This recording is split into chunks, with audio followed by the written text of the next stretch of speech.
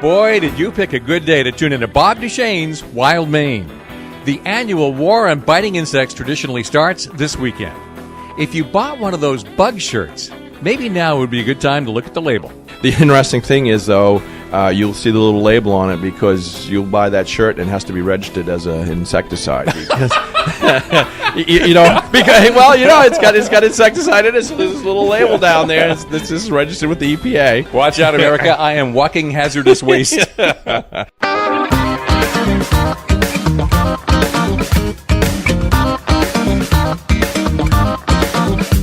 Mother's Day weekend. It's right about now the black flies start coming out. Mosquito numbers are starting to increase, and you're wondering, what am I going to do about them this year? Maybe you haven't tried everything, and maybe what you have tried didn't work. Stand by, and you'll get the latest scientific update on the bug battle. Plus, on the way, maybe it's time we did a little rethinking about coyotes. At least one wildlife biologist thinks we're going about it all wrong. Jerry Vistine will be on the show later this hour. Bob Duchesne's Wild Maine is brought to you by EBS Building Supply, Van Raymond Outfitters, Napa Auto Parts, Hammond Lumber, and the Old Town Trading Post. Now then, we start today's show with Jim Dill. Jim is an entomologist, and he's a pest management specialist at the University of Maine's Cooperative Extension Service. We'll get talking about ticks in the next half hour, but we'll start out with the kind of biting insects that fly. So welcome, Jim. Good morning. Thank you. Well, it's good to have you here.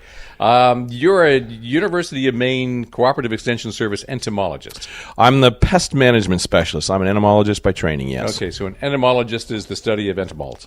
Entomoles. Every entomol you can find around. Okay. Usually six-legged entomoles. Okay. Well, this weekend is traditionally the start of a black fly season. How do they know? Well, it's truly one of those things. It has a lot to do with ice out and temperatures and light, and the whole thing does.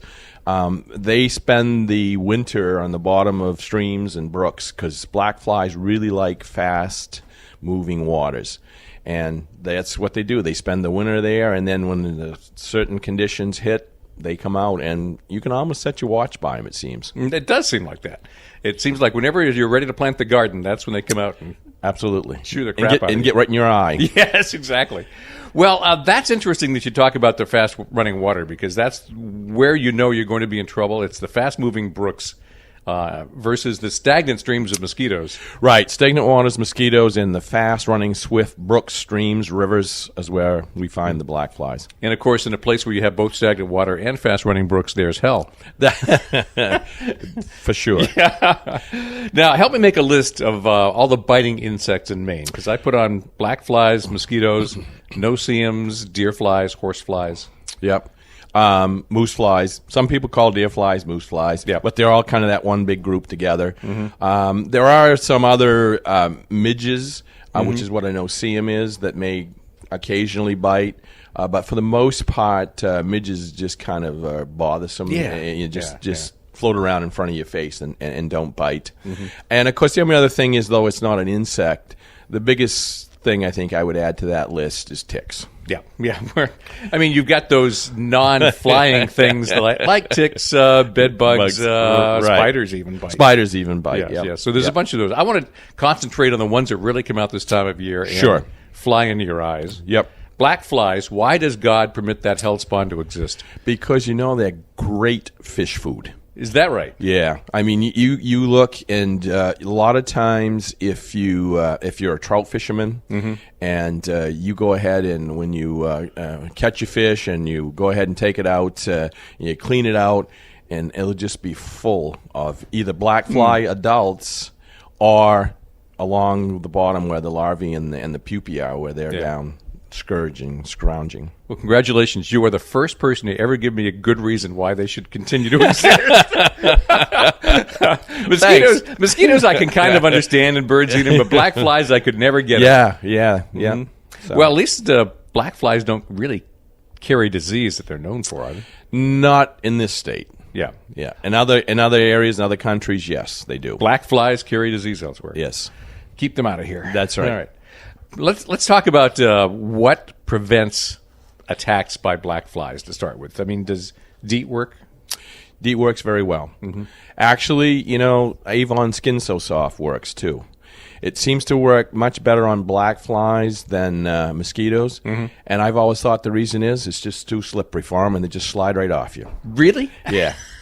It's just that they don't like that because if you think of black flies, they're always just flitting around in your face and trying to land. Well, it's just that greasiness, I think, with a material like Skin So Soft and they've actually turned that, I believe, into an insect repellent. I think they have an insect repellent that's Skin So Soft insect repellent. I've tried it before, and I guess it kind of did work, especially during my gardening days. Yeah, and I think that's it. It kind of does work, but I think it's mostly the slipperiness because some people actually will use material like baby oil too.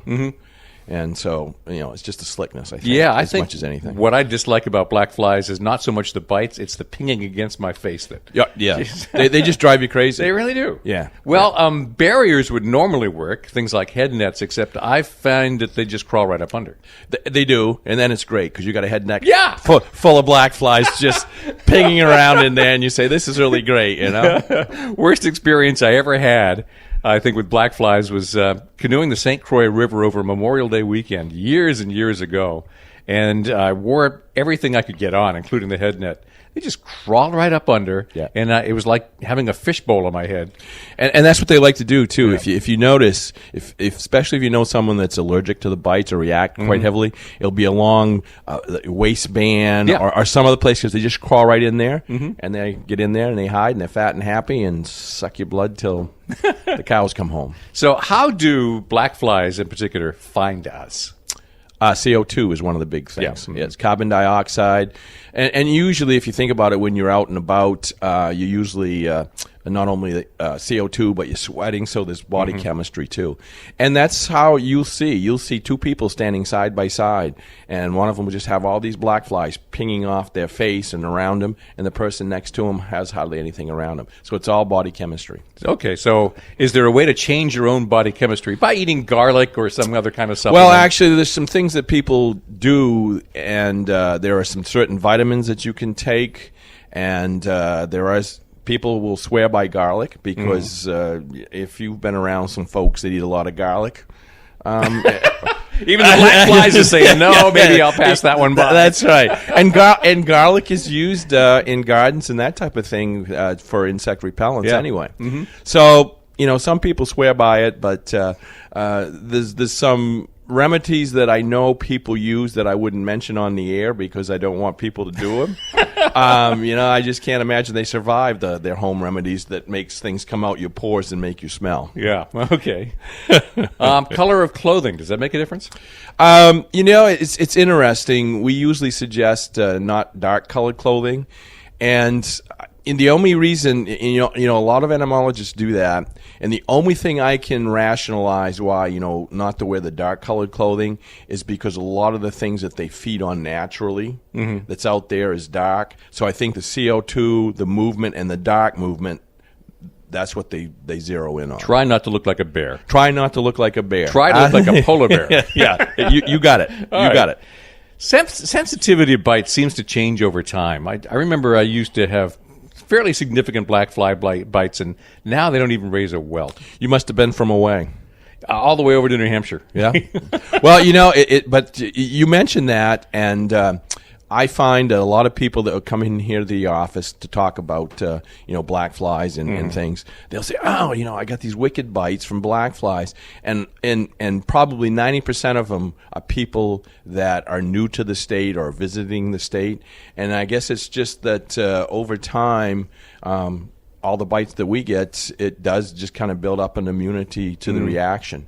But it's often people that get bitten for the first few times, the first couple of years they react. And just like your experience, you'll hear that over time they stop bothering them. Yeah. As you know, I lead bird watchers into the woods quite a bit. Right. And I'll take people from away in there, and I'll say, "Oh, these black flies aren't so bad," and they're dying. Yeah. Oh, yeah. Yeah.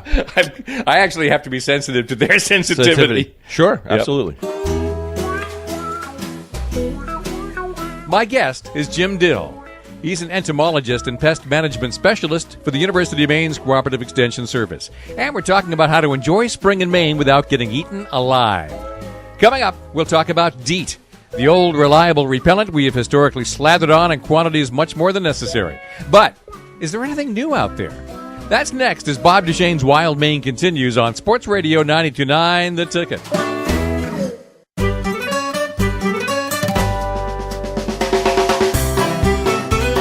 This is Bob Duchesne's Wild Maine on Sports Radio 92.9 The Ticket. When God wanted to convince the Egyptian Pharaoh to let his people go, he sent 10 plagues, including frogs and locusts. I'm thinking just one plague of Maine black flies would have done the trick. Jim Dill is my guest. He's an entomologist. And if there is anything worse than 10,000 black flies at the fishing hole, Jim, it's one mosquito in the bedroom. That's right. Yep. And that, if you think about it, just what we talked about earlier, just like with the black flies, they zero in on body chemistry, but mostly CO2. So as you're there and you're starting to sleep, that CO2 that you're hit, and there they are. They're looking and they're zeroing in on it. Mm-hmm. And they don't zero in on your seems like your nose and mouth, they zero in on your ear. And yes! And it's like, zzz, in your ear. And I'm not even exuding that much carbon dioxide out of my ear. I don't get that. Well, what repellents work for mosquitoes that might be different than black flies? The back to the DEET does work really well. And there's a fairly new material out. It's probably been on the market about, I can say 5 years now, called Picardin. Picardin, and it's a new one. CDC recommends it. It's as effective as DEET, and it's not as greasy and it's not as good a solvent as DEET. When you got that nylon windbreaker that's stuck to your arm or something because you got a little too much DEET. And the one thing to remember about DEET, and I want to get that out right off quick. You don't need over 30%. Yeah. And you can buy 100% stuff or Ben's 100. Ben's 100, the old Ben's 100, and there were other ones out there too. 30% is the most you need. Yeah, I backed off of that just anecdotally. I recognized, I put on 30, I put on 100. I didn't see any difference. No, and there really wasn't, except for what you dissolve. Marketing. Yeah, right. Yeah, when I didn't recognize the dissolving properties of DEET until the rubber cups of my binoculars started to wear off. There you go. I'll leave these nice little black eyes, the old joke of look through here, you got you. The other thing is there are some of the organic remedies that do work that you can buy, the botanicals. The only thing that I have found, and I have a lot of summer workers, and when they come to work for me, I have everything lined up because my plot work, there's a lot of mosquitoes and this type of thing out there. And to a person, they'll take the botanicals and they'll put those on. And then usually after about a week, some of them will stretch out to 2. You see they come back to the synthetics, the DEETs and the other stuff. And the reason is the botanicals work, some of them, and they work well, but they only work for maybe 20 minutes or so. Yeah. And you just have to keep putting them on. And that's just kind of the pain of the botanicals. But they do work. They do work, but DEET lasts for hours. It does. Yeah. It really does. I had a good question in there somewhere. Picardin. I wanted to get back to that. Yeah. I've never heard of it. Is it in any commercial products I would recognize? Yes. Yep. It's a Johnson product. Mm-hmm. So if you go and you look at some of the common materials out there, you'll see it on the label. Mm-hmm. Yeah. Yep. So if I were to put DEET on my left arm and Picardin on the right arm, I would notice no difference? Probably not. Wow. I'm just going to do this for fun then. There you go. There you go. Are there any material repellents? I'm thinking, bug shirts, that sort of thing. Do they really work? They do work. What those are? They're impregnated with an insecticide, permethrin. Yes. And they do work. Part of the thing is with them, though, after time, they stop working because as you wash them, technically, you're going to be washing the material out. But they do work. They work for other things, too, like the ticks, which, but, yeah. Yep. Impregnated coral that you can buy them. The interesting thing is, though, you'll see the little label on it because you'll buy that shirt and it has to be registered as an insecticide because, it's got insecticide in it. So there's this little label down there. This is registered with the EPA. Watch out, America! I am walking hazardous waste. Sonic repellents, things like dragonfly buzzers. They work? No, not at all. No. I wouldn't even bother to try. I mean. you'll see them, and a lot of people, sell them and this type of thing, but we haven't really seen that that they work. Mosquitoes' brains aren't very big, so the buzzing. People say, "Oh yeah, that's because they think they're mosquito. I mean, they think they're dragonflies." I don't really think mosquitoes buzz around out there thinking much. So they say, looking around, saying, "Hey, I think there's a dragonfly around here someplace because I can hear it." So okay. So no, they don't seem to work. Something else that never seems to work for me is citronella candles at the picnic table. Do they? Citronella, because you can actually get citronella as an insect repellent that you put on yourself too, and it's very limited. And part of it is, as it comes up, it just kind of dissipates. You can smell it. If you have enough of them around, they do work. But when you enough of them, you get, your picnic table's 6 or 8 feet long, and you got, 27 citronella candles around you, and then they work. But, yeah, okay. Those CO2 mosquito busters you see in the backyard. Right. First of all, do they work? And second, is it a good idea? They're expensive. Yeah. That's the first thing. And do they work? They collect a lot of biting flies because they'll not only catch mosquitoes, they'll get black flies, they'll get the horse flies, deer flies, whatever you want to call them. Anything that's going for CO2. Anything that's going for CO2. Right. Mm-hmm. Absolutely. The thing is, placement of those are critical.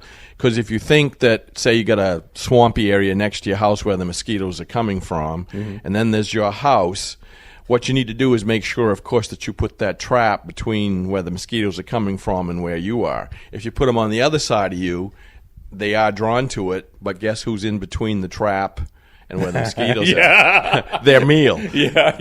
So placement of those are truly very critical. Now, I have a lot of people that use them and swear by them, especially when they're going to have a picnic or an outdoor event. They'll put it outside and let it run, for a couple, 3 days. And I think what you will find in that case is that you make a difference on the short term. But mosquitoes are very active flyers and stuff, so as soon as you stop using it, the mosquitoes from away come in. Well, let me truth test this then. Somebody once told me that mosquitoes never go very far from where they were hatched. No. Is that true? I mean, they don't have to go very far if there's meals there, but they are known to travel for miles. Oh, great. So they do travel. And that's why, when we just said, you can completely spray and devoid an area of mosquitoes, and within a couple days is just as many back again. Yeah, I was told that one of the reasons you don't see them out in the middle of a bog so much is they just won't travel out there for a meal. And that's another myth debunked. Well, you think about it, what's out in the middle of the bog? I mean, very little. Very little. There's no reason to go out there. There's no reason to go out there. I mean, you get up, and they're flitting around, and the deer, the moose, the bear, they're not, for the most part, maybe a moose, but the moose travel in and out maybe for food or something. So the food source isn't out in the middle there. Okay. Unless you were there for some reason. Which must be the question. I mean, so. Well, it never made sense to me to begin with because it seems like wind would blow these suckers a long way. It's not like they're staying close to home. No, and see, that's why out in the open areas, a lot of times you don't have them, and they hang around. They hang around underneath foliage and stuff during the day. So it's kind of like if you walk along the edge and you disturb them, you'll get bitten in the middle of the daylight. Yeah. Even though they're most active at dusk and dawn. Coming up, no-see-ums and ticks. I'll be back with Jim Dill in just a moment. Then we're going to get an earful about coyote biology and hear one opinion about how we might be doing coyote management all wrong. This is Bob Duchesne's Wild Maine, and the radio station brave enough to air it is Sports Radio 92.9 The Ticket.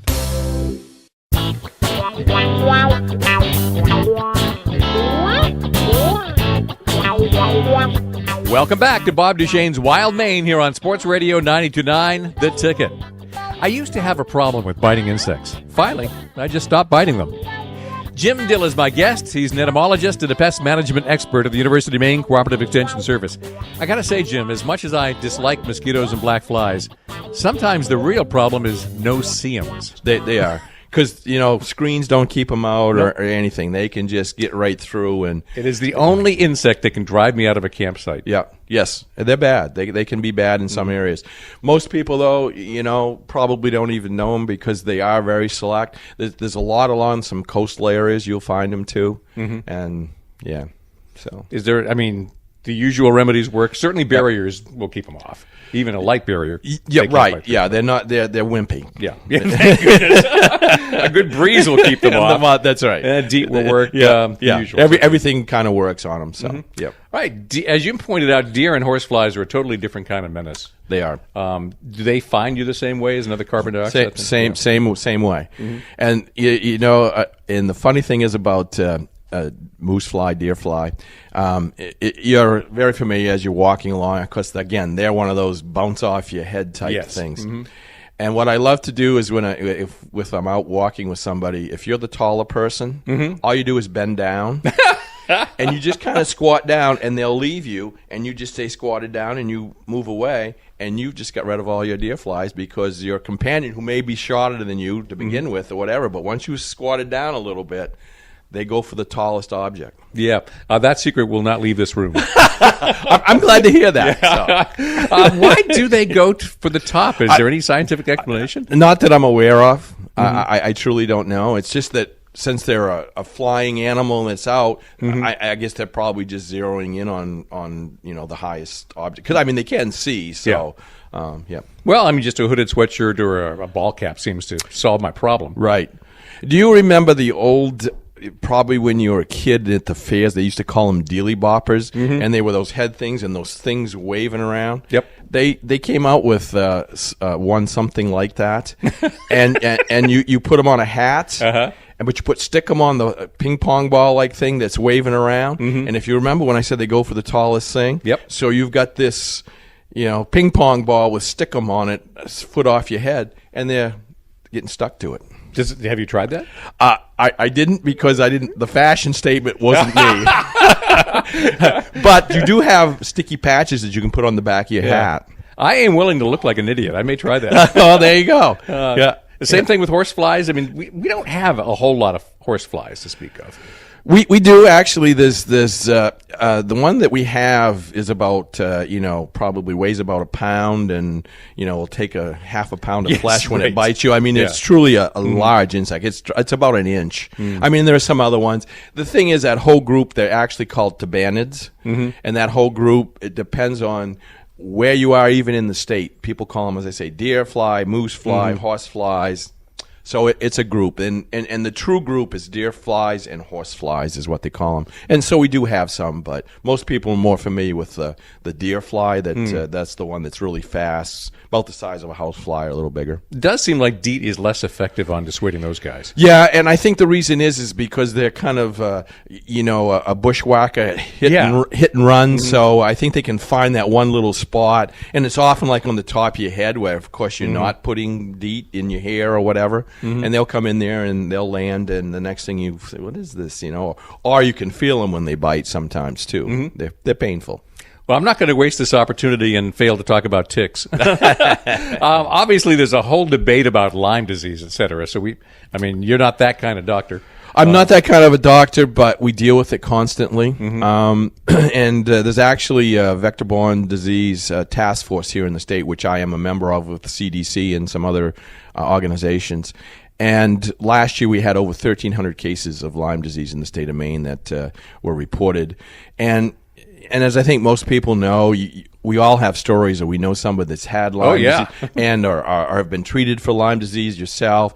And the problem is with it manifests itself in so many different ways in different people. The symptoms, they're not always necessarily just exactly the same.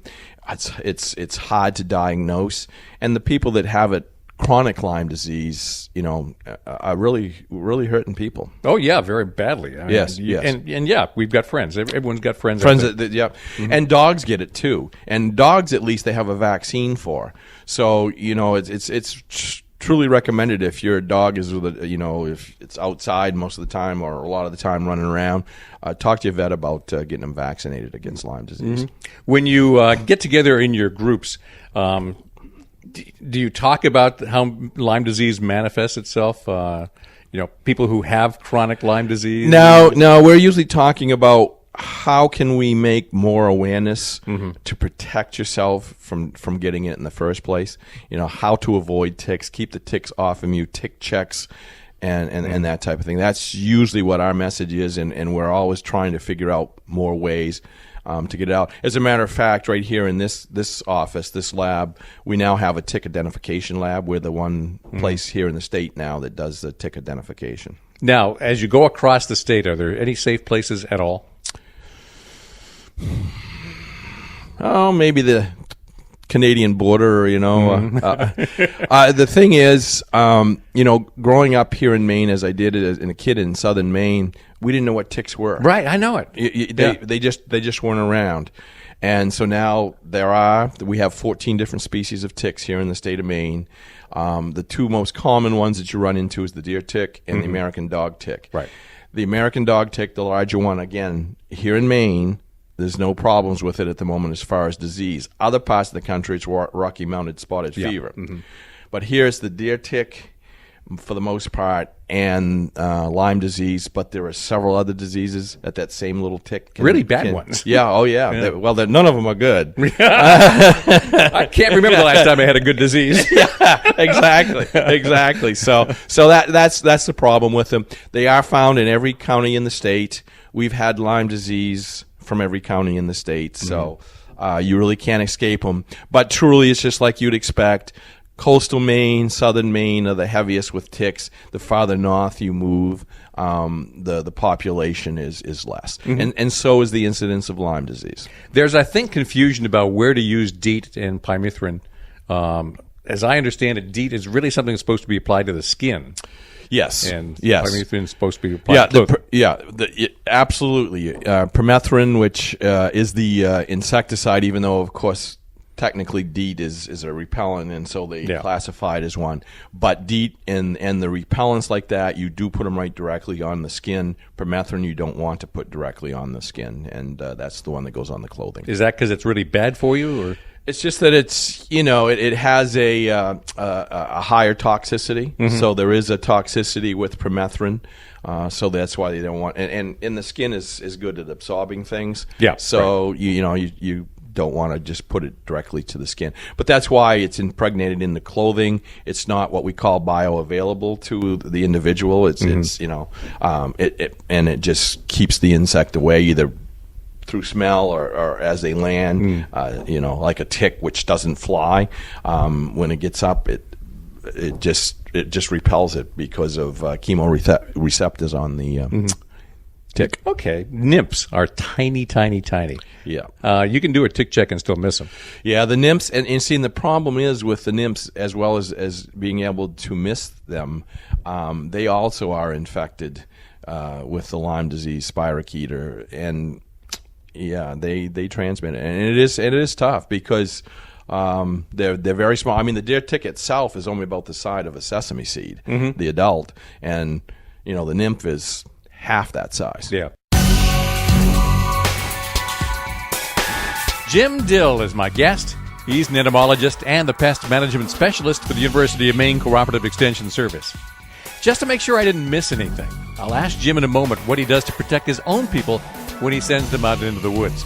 Then, coming up, we're going to have a rather different discussion about coyotes when Bob Duchesne's Wild Maine resumes on Sports Radio 92.9 The Ticket.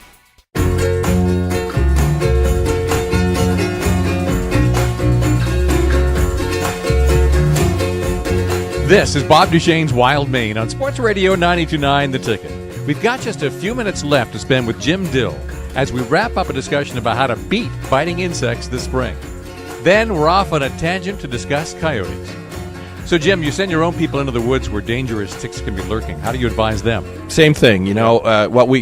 They are given insect repellents to use if they want.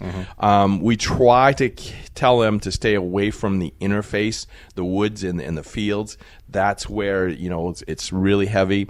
Of course, folks like yourself that are birders, when you're out walking those trails in the woods, that's exactly where the ticks are. Yeah. So what we recommend to people is light-colored clothing, and the main reason is so you can see the ticks better as they climb up on you.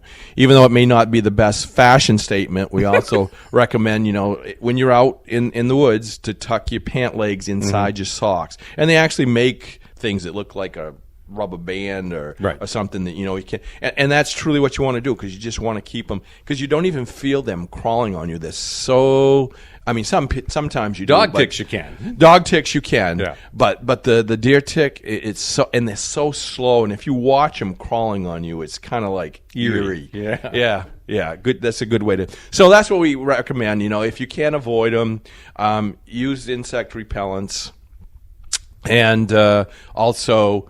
The light color clothing. But the big thing is tick checks. Do a tick check. Yep. Ticks always seem to crawl towards the top of you. Is that just what they do? That's just what they do. I mean, what they do is they're usually fairly low to the ground. They have this interesting behavior called questing, where they hang on to like a blade of grass or a twig with their hind legs, and their front two legs are out there just waving around, just waiting for something hairy or fuzzy or whatever to come by, and they grab onto it. And since they're down low, once they're down low, then they just start crawling, looking for a place to settle down. Now, when you get, I realize you're not going to give me a medically qualified opinion, but when you get together with your CDC friends, if you suspect you have been bitten by a tick or there's a tick embedded, what is the current advice of what you should do? Wait for symptoms or do something now? It depends mostly on the age. If you talk to a lot of doctors, if it's a young child, probably under 6 or 7, a lot of the doctors say, wait for the symptoms, which is okay. But as I say, the symptoms can manifest themselves in different ways, and sometimes it can be weeks before the symptoms occur. It's not an immediate thing. Whereas in an adult, if I had a deer tick that started to feed on me, I would be immediately calling my physician and discussing with him or her what their current recommendation is. And again, it depends on your physician. Some of them will put you right on an antibiotic. There's several different ones that they'll use. There's the one quick shot where they give you like 1 pill and you're done, or 2 pills. And then there's the one that may give you a 10-day treatment. So the treatments are available, but I think it depends on your physician. Yeah. And I think truly where you are in the state. I mean, if you're up in Aroostook County and you have a deer tick on you, there's a lot less of the ticks in Aroostook County that actually carry Lyme disease. Whereas if you're in the southern part of the state, maybe 70% of the ticks have it. So yeah, well, I mean, you're an entomologist. You're going to know if that's a dog tick or a deer tick, but I'm not going to recognize the difference. Well, the interesting thing is, as I said earlier, there's 14 different species of ticks in the state of Maine. The dog tick and the deer tick. Yeah, you might be able to recognize the difference, but you can't tell the difference between the deer tick, the woodchuck tick, the rabbit tick. They all look a lot alike, and they all have different problems associated with them, and different treatment regimes. Terrific. Yeah. Well, you've just ruined my day. Try as good as I can to do that. Jim Dill has been my guest. He's the pest management guru at the University of Maine Cooperative Extension Service.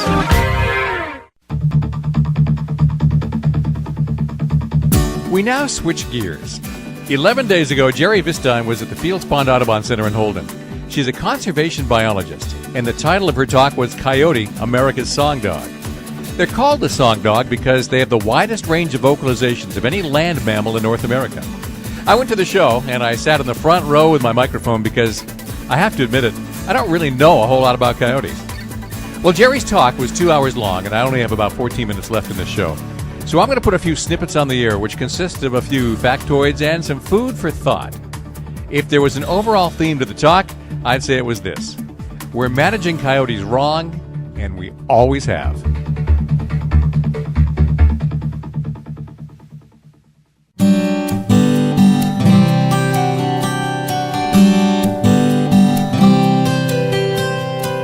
Let's start with this. Jerry offers a website for more information. It's called CoyoteLivesInMaine.com. CoyoteLivesInMaine.com. And the premise is that if we restored our relationship with carnivores, we'd actually have fewer problems with them and we have a healthier wildlife population overall. Coyotes in particular are special because they are uniquely American. Coyotes are only found in North and Central America. When the Bering Strait was frozen many centuries ago, wolves and foxes walked right across, but coyote stayed right here at home. Native American tribes simply called it God's dog and viewed it as a bridge between the human world and the divine. Coyotes were clever, and Indians often referred to Coyote as the trickster. He's the central character in many tales and myths. A lot of animal names are European: deer, bear, wolf. But the name Coyote comes from the Aztecs. Coyotes howl a lot. First, they're very territorial. They avoid fights with each other simply by understanding and mutually respecting each other's family territories. No point in going to war if you don't have to. Second, well, Jerry? Another reason why coyotes howl is they are highly social beings, like wolves. They mate for life. They will only leave each other if one dies. Only death will take one away from each other. And the research we found is that they are the most monogamous of all land mammals in North America, even more so than wolves.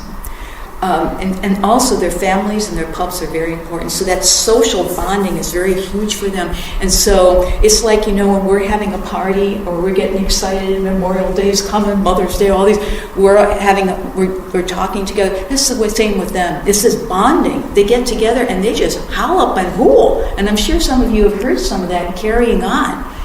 It's a very excited, happy kind of thing. Keep in mind that social structure through the break, because it's the point Jerry's trying to make. Coyotes have very strong family bonds. They are the most monogamous mammals in America, and they have a well-organized sense of territorial boundaries. Jerry suggests the reason we have more coyotes than we should in Maine is because we're messing that up. We'll take a moment to explore that notion next when Bob Duchesne's Wild Maine continues on Sports Radio 92.9 The Ticket.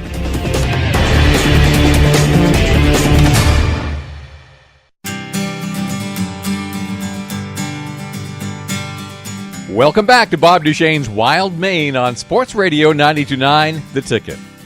We're finishing today's show with some snippets from a program that occurred at Fields Pond Audubon Center about 11 days ago. Jerry Vistine is a wildlife biologist who specializes in carnivores. She has some strong opinions on how predator populations are managed. During the 2-hour presentation, she pointed out the historical fact that wolves used to roam all the way into Maine.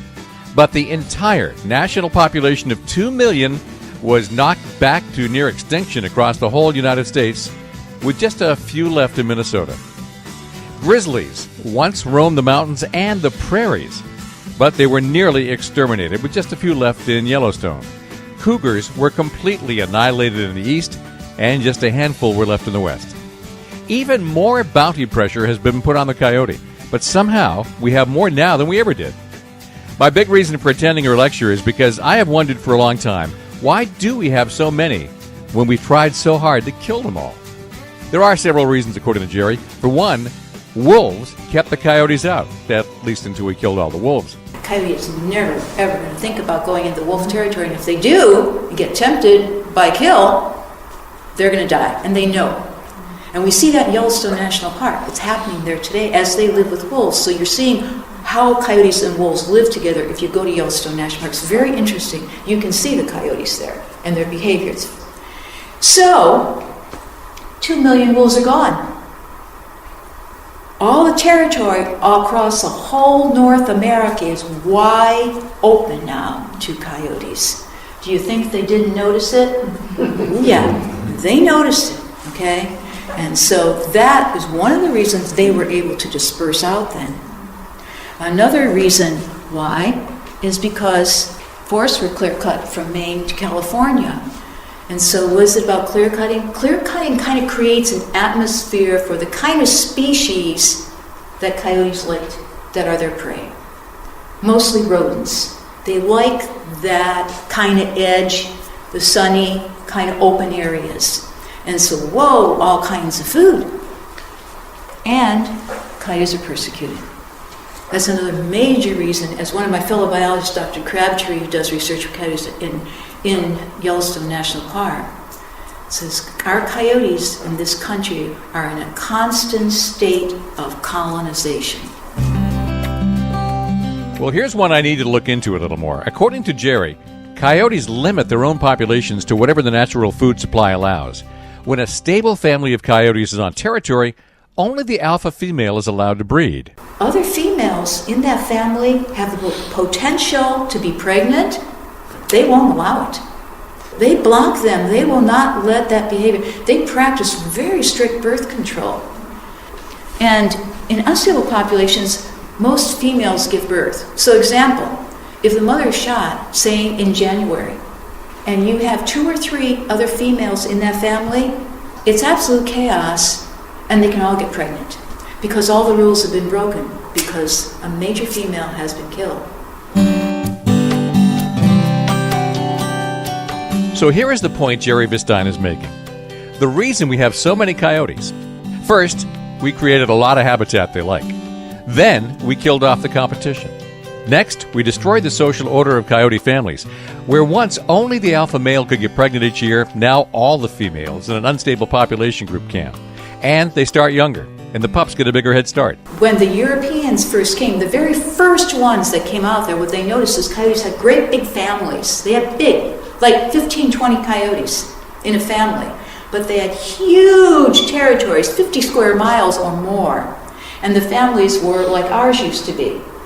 The great-grandma, grandma, aunts and uncles, mom, dad, and pups. They had a culture that they created and passed on to each other. And that was part of their survival and how they were effective as predators in the landscape.